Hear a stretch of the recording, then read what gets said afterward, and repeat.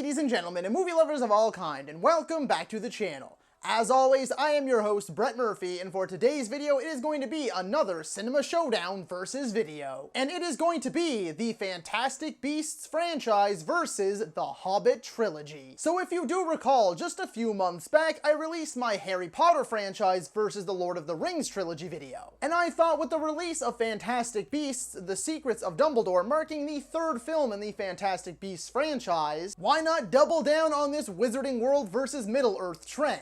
And so, here we are. Of course, as always with my Cinema Showdowns, I will be comparing two things, in this case two movie franchises, across 5 rounds, in order to determine just one winner. Before I hop into the actual showdown itself, I just wanted to let you all know that I have an entire playlist dedicated to all of my Cinema Showdown versus videos, so be sure to check that out, and I guarantee you'll find something you like. And so without further ado, let's hop right into things. Round 1. Main Characters.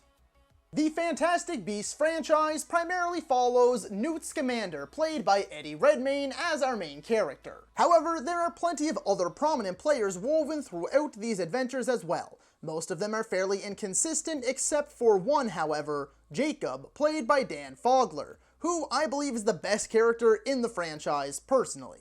Alongside these two are the sisters and love interests Tina and Queenie Goldstein, Newt's brother Theseus, Bunty, Leda Lestrange, Yusuf, Lolly Hicks, and Jude Law as a young Albus Dumbledore. Each character offers up their own unique charms, and brings something fresh and exciting to the team on these adventures. The Hobbit Trilogy's main character is the Hobbit himself, Bilbo Baggins, who is perfectly embodied and portrayed by Martin Freeman. Alongside him on his journey there and back again is a company of 13 dwarves. The ones with the most screen time, though, are Thorin Oakenshield, Fili, Kili, Balin, Dwalin, and Beaufort. Popping in and out of their journey is Gandalf, once again played by the brilliant Sir Ian McKellen, Orlando Bloom returning as Legolas, Evangeline Lilly as Tariel, Luke Evans as Bard, and a few other familiar faces like Galadriel and Elrond, along with a couple more new ones too, like Radagast the Brown and Lee Pace as Thranduil. I believe both of these franchises offer up a healthy helping of lovable, relatable, and memorable main characters. Both have incredibly strong leads, with Mr. Baggins and Mr. Scamander respectively. However, it is the supporting cast that is going to sway this round. Fantastic Beasts only has one other constant, and that is Jacob. The rest of them are just really inconsistently in and out, almost like the writers don't really know what to do with them. The Hobbit Trilogy, on the other hand, has an incredibly strong cast of supporting characters, who pretty well all have something to offer and remain consistent throughout the entire trilogy. Round 1 is going to go to The Hobbit. Round 2. Villains. The Fantastic Beasts franchise has had one main villain with 3 different faces. Gellert Grindelwald, who has been portrayed by Colin Farrell. Even if he was going under another name, it was still him. Johnny Depp, and now Mads Mikkelsen as well. He has his cronies like Rosier and Abernathy, a few other nameless ones here and there, and most, like myself, would consider Ezra Miller's Credence to be another villain, even if he is more of an angry, misunderstood, and easily manipulated, but incredibly powerful being in the wizarding world. The Hobbit Trilogy took a different approach, by delivering us a couple of constant forces of pure evil, who are being controlled behind the scenes by a familiar foe and a dragon. The main villains of the trilogy are Azog the Defiler, a giant CGI pale orc, and his right hand, Bolg, another giant CGI orc. Though we don't see much of him, Sauron, the main villain of the Lord of the Rings trilogy, is more so portrayed as an ominous dark presence because he has yet to reach the status of being a giant flaming eye in the sky. Lastly is Benedict Cumberbatch as the great, stupendous, giant CGI dragon, Smaug. Though I personally love and adore his performance, especially his back and forth with Bilbo, and his design is immaculate, he's really only in the last little bit of the second film and then dies almost immediately at the beginning of the next one. This one is a tough round, but not really for the right reasons. villains. I don't think either set of movies has any really strong, memorable villains to offer. It's either a couple of CGI orcs and a dragon and a nod to a foe from the past, or I guess really the future in the timeline, or a character who can't seem to hold a single actor down, a few of his cronies, and an angry, powerful, uncontrollable emo boy. Though I know a lot of people are getting really irritated by the whole Grindelwald thing, I actually personally think he's a pretty good character. I like his motives, I like his methods, and I like that his existence further deepens the character of Dumbledore. And on a side note, I also do believe that Mads Mikkelsen has given the best performance of the character thus far. By the slimmest of margins, and it really could have went either way, I'm going to be giving this second round to Fantastic Beasts. Round 3. Journey and Storytelling. This round is going to be over fairly quickly. Look, the first Fantastic Beasts movie felt like its own self-contained thing. Personally, I think it should have stayed that way. But nope, they wanted to do 5 movies and make a whole franchise out of it. Sadly though, it really feels like they didn't bother to plan any of it out ahead of time. In my mind, the first was great. The second wasn't very good at all, and it really felt like nothing happened at all story-wise. The third was stuck picking up the pieces, and while I thought it was much better than the second, it still left a lot to be desired story-wise. And it also made it very clear to me that despite this being the third movie, now making this a trilogy, they still have no idea where to go next and what the endgame is. The Hobbit Trilogy, though many like to complain that it was way too dragged and stretched out, still offers a nice, well-rounded, fulfilling, and ultimately satisfying journey. It is a whole trilogy. There is a very clear beginning, middle, and end. For me personally, and I know a lot of die-hard Tolkien enthusiasts are going to be coming for the throat on this one, I actually think the movies are better than the book. And I quite liked a lot of the stuff that they added. Sure, there's some fluff here and there, and a bit of padding, and definitely parts that are unnecessary and do drag, but in the end, it does deliver a full, complete story that I do love despite its flaws. This one is a no-brainer. Round 3 is going to go to The Hobbit. Round 4. Universe Expansion.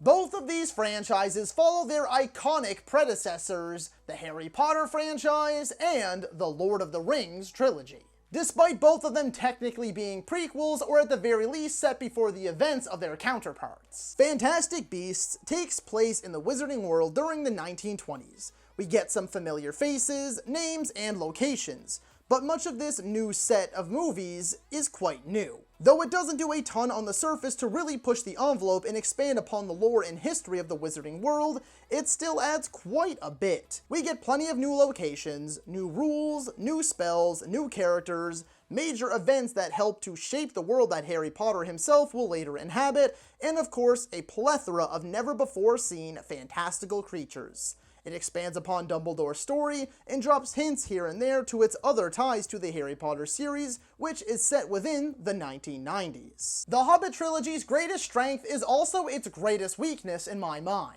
Of course, the Hobbit book was written before the Lord of the Rings series, so there are technically callbacks in the Lord of the Rings books to the events of the Hobbit book, but since the Hobbit movies came out after the Lord of the Rings movies, they're technically working backwards here, and decided to tie the events of the Hobbit trilogy of movies closer with the events of the Lord of the Rings movies, like bringing back Legolas, Saruman, and I believe Galadriel as well, even though they weren't in the Hobbit book.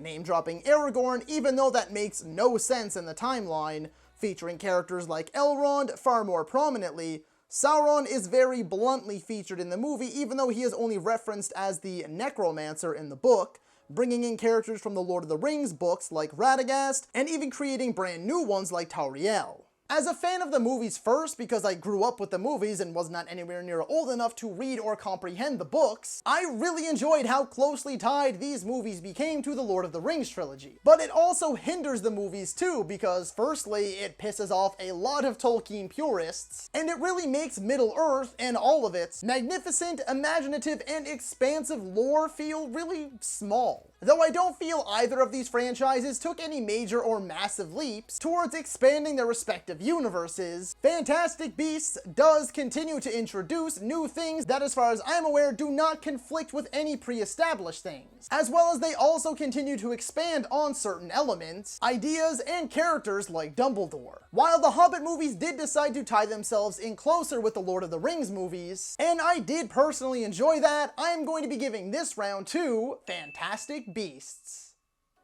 Final round: aesthetic and memorability. Just like when I did Harry Potter versus the Lord of the Rings, I couldn't decide on just one of these exceptional aspects to focus on. The hair and makeup, the visuals, the set and costume design, all of it deserves some love and appreciation. Not to mention, I wanted to try and spice things up by also mentioning which I feel is the more memorable as of this point in time, because it is far too early to determine which will have the greater legacy. As I mentioned earlier, the Fantastic Beasts franchise is set within the same wizarding world that Harry Potter and his friends will later inhabit. Only this series of films is set within the 1920s. Firstly, the visuals are a huge step up from what was on offer in the first few Harry Potter films, which is a good thing. These movies have big budgets and they put them to good use, as I would say they're some of the best looking movies releasing currently, especially when it comes to all of the wonderful creatures inhabiting our screens. Aside from the typical touch-ups to make actors look camera ready, most of the makeup is quite subtle. The set and costume design, however, are excellent. I am a huge lover of this time period as is. The style of clothing, the cars, the architecture, the music, I simply adore all of it. Then you throw in some Wizarding World magic and spins, while also traveling throughout various places in the world, including multiple triumphant returns to Hogwarts, and you have a recipe for success in my mind. As for memorability, it is tough to say at this point, as this series is technically still ongoing. As of the recording of this video though, Warner Brothers has publicly stated that a 4th and 5th Fantastic Beasts film completely relies on how well The Secrets of Dumbledore does at the box office. And sadly, for those of you who are fans of this franchise, The Secrets of Dumbledore is the lowest Wizarding World movie opening weekend ever. And it also seems to currently be on track to be the only Wizarding World movie to earn less than $500 million at the worldwide box office, which definitely puts some doubt in my mind as to if we will see this series of movies continue. The storytelling has been wishy-washy, with no real direction for the series as a whole. Inconsistent characters, it has been plagued with issues with its cast, behind-the-scenes controversy like all the things with Johnny Depp, J.K. Rowling, and the actor who played Abernathy, and now middling to negative reviews and diminishing box office numbers. As for the Hobbit Trilogy, well, this one is a bit of a mixed bag, as we all know. A lot of people took issue with the overuse and over-reliance on CGI in the Hobbit movies. The Lord of the Rings gave us practical orcs and miniatures for its grand kingdoms and castles. What I am trying to say is that they used a metric ton of practical effects. The Hobbit did the opposite. All of the orcs are fully CGI. Much of the film's exterior shots were still filmed in New Zealand, but they used CGI for pretty much everything else. Thankfully, for the most part, the CGI is pretty damn good. Sometimes it can look a little wonky, and they use this weird filter over the entire trilogy, but for the most part, it does look great. The makeup still comes in handy for our characters, as we get fake beards, fake hair, fat suits, and much more.